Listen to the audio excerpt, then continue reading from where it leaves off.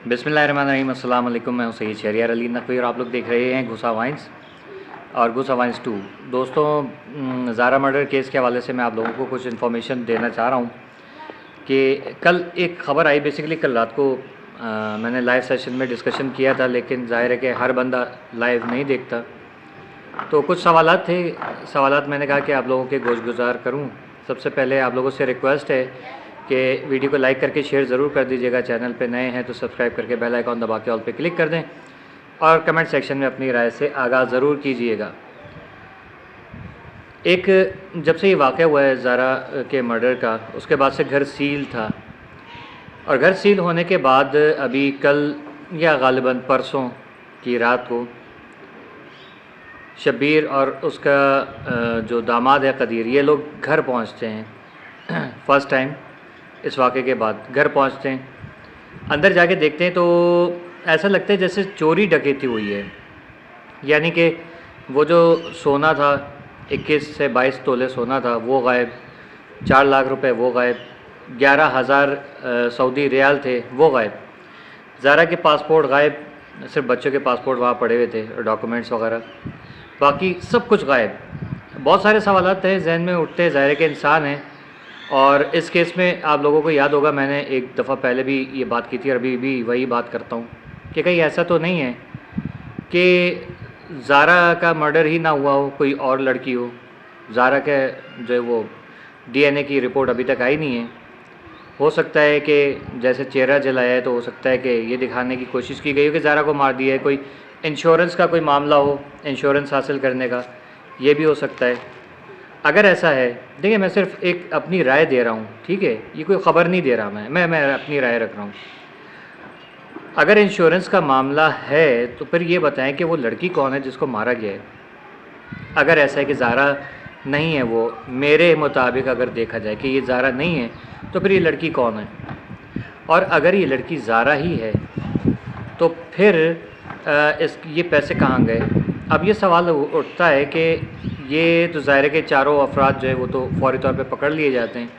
क्या ऐसा तो नहीं है कदीर चुपचाप था, गायब था, इधर जा रहा है कभी उधर जा रहा है, लेकिन पब्लिक के सामने या मीडिया के सामने नहीं आ रहा। शामिल तफ्तीश भी हुआ लेकिन ऐसी कोई ख़ास चीज़ पता नहीं चली, लेकिन उसके बाद जो है वो उसको छोड़ देते क्योंकि उसका कोई इस केस के अंदर कोई मामला समझ में नहीं आ रहा कि मतलब उसकी इन्वॉल्वमेंट है नहीं बकौल पुलिस के, ठीक है। लेकिन एक ख़बर ये भी उड़ के आई कि इनके वीडियो कॉल पे जो है वो ज़ारा का पूरा मर्डर दिखाया गया कदीर को। ये लोग कह रहे हैं, मैं नहीं कह रहा, जर्नलिस्ट कह रहे हैं और यूट्यूबर कह रहे हैं जो वहाँ पर मौजूद हैं। अब 100 मुँह 100 बातें ये भी हो जाती हैं, लेकिन एक बात बताइए, अगर कदीर ने ये सब कुछ देखा था तो फिर कदीर ने शब्बीर को क्यों फ़ोन करके कहा कि मेरी बीवी नहीं लब दी, ज़ारा नहीं लब रही है, ठीक है ना। तो ये सारी चीज़ें कहने की वजूहात क्या थी आखिर। इस कदर अगर वो मुलजिम था तो ख़ामोशी से ये सारी वारदात हो जाती और अपने माँ को, बहनों को, अपने भांजे को, अपने जो रिश्तेदार हैं उन लोगों को गायब करा देता वहाँ से, फिर देखते जब मिलते तब मिलते। तो ये चीज़ है कि कदीर के ऊपर लोग उंगलियाँ उठा रहे हैं, मुझे ये चीज़ का थोड़ा सा तशवीश है। लेकिन कुछ भी कहा जा सकता है अगर ऐसा है, क्योंकि मुझे कुछ ऐसे मामलात लग रहे हैं। अगर ज़ारा की इंश्योरेंस पॉलिसी के हवाले से देखा जाए कि इसकी कुछ जो यूट्यूबर्स अगर मुझे देख रहे हैं, वहाँ के जर्नलिस्ट देख रहे हैं, तो उनको मैं रिक्वेस्ट करता हूँ कि ये मालूम कीजिए कहीं ऐसा तो नहीं उसकी कोई इंश्योरेंस पॉलिसी भी हुई थी पाकिस्तान में, उसका क्लेम हासिल करने के लिए जो है वो ये किया गया हो सकता है ऐसा हो, ठीक है। क्योंकि उसके पैसे, उसका सोना, जेवर वगैरह जो भी थे वो सब गायब है। पाकिस्तान के तकरीबन 4 लाख रुपए वो गायब, 21,000 रियाल जो है सऊदी के वो गायब हैं, 21 से 22 तोले सोना जो है वो गायब है।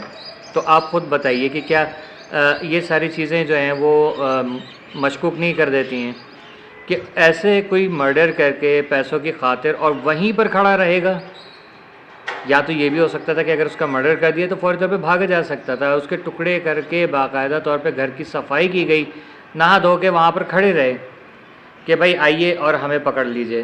क्योंकि कोई भी ऐसा वाक़या होता है तो शायद ही कोई बेवकूफ़ हो जो ये हरकत करे कि नहीं आप जो है वो आ जाएं और यहाँ घर आके देख लें, वो बोलेंगे कि हम तुम्हारी बेटी जो है वो किसी यार के साथ भाग गई है, और अगला यकीन कर लेगा। ये एक बहुत अजीब किस्म की बात है, और ख़ास तौर पे ऐसे शख्स को ट्रैप करने की या उसको जो है वो ट्रॉमा में डालने की कोशिश की जाए कि जो कि ख़ुद पुलिस वाला हो, ठीक है। उनका सारा उठते बैठते सुबह शाम जो है ना वो काम ही यही है कि एक एक चीज़ की बारीकियों पे नज़र रखते हैं।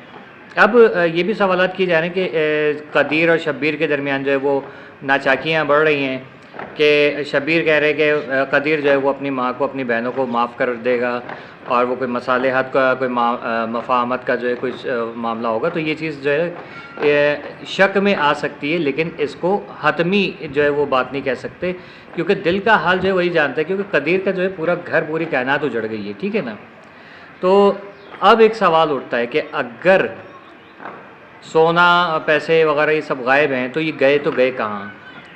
अगर इसी केस के ऊपर, इसी चीज़ के ऊपर, दो चीज़ों के ऊपर नज़र डालें कि आपको याद होगा नवीद और सोनी को इसकी सुगरा ने बराबर वाले घर में, जिसमें इसके रिश्तेदार, इसकी बहन रहती थी, वहाँ से इसने टाप के बुलवाया था, ठीक है, छत टाप के आ जाओ और अंदर घुसाओ।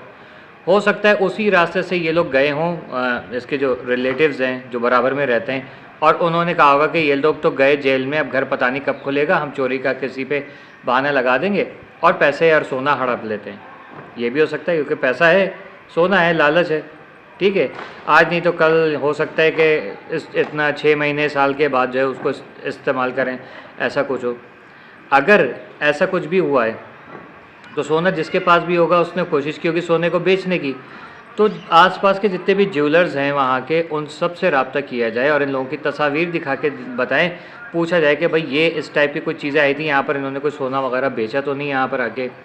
फ़ॉरेन एक्सचेंज वगैरह जो है वहाँ पर जाया जाए, वहाँ से उनसे पूछा जाए कि कोई करेंसी एक्सचेंज हुई है यहाँ से, सऊदी रियाल, या ऐसे ब्लैक में भी होता है, आपको पता है कि ब्लैक में भी होता है कि कुछ लोग हैं जो जिनका फॉरेक्स से, कोई फ़ॉरेन एक्सचेंज से कोई ताल्लुक़ नहीं होता, तो वो लोग भी ऐसे काम करते हैं, लेकिन वो भी कहीं ना कहीं तो वो करेंसी ज़रूर शेयर करेंगे ना, ठीक है।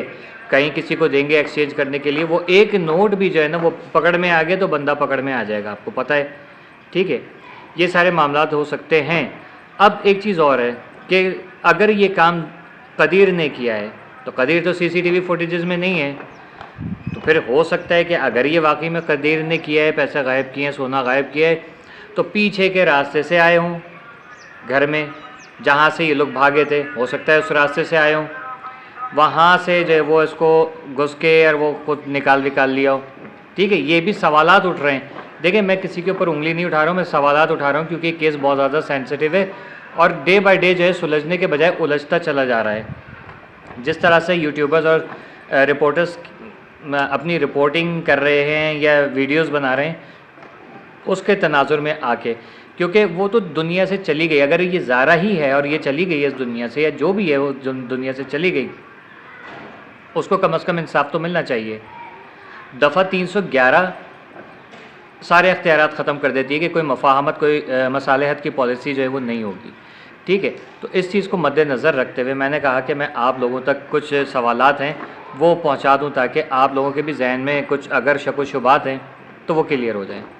उम्मीद करता हूं कि वीडियो पसंद आई होगी। आप लोग प्लीज़ लाइक करके शेयर ज़रूर कर दीजिएगा। चैनल पे नए हैं तो सब्सक्राइब करके बेल आइकन दबा के ऑल पे क्लिक कर दें, और कमेंट सेक्शन में अपनी राय से आगाह ज़रूर कीजिएगा। मैं सैयद शहरियार अली नकवी और आप लोग देख रहे हैं गुस्सा वाइंस और गुस्सा वाइंस 2। अल्लाह हाफिज़।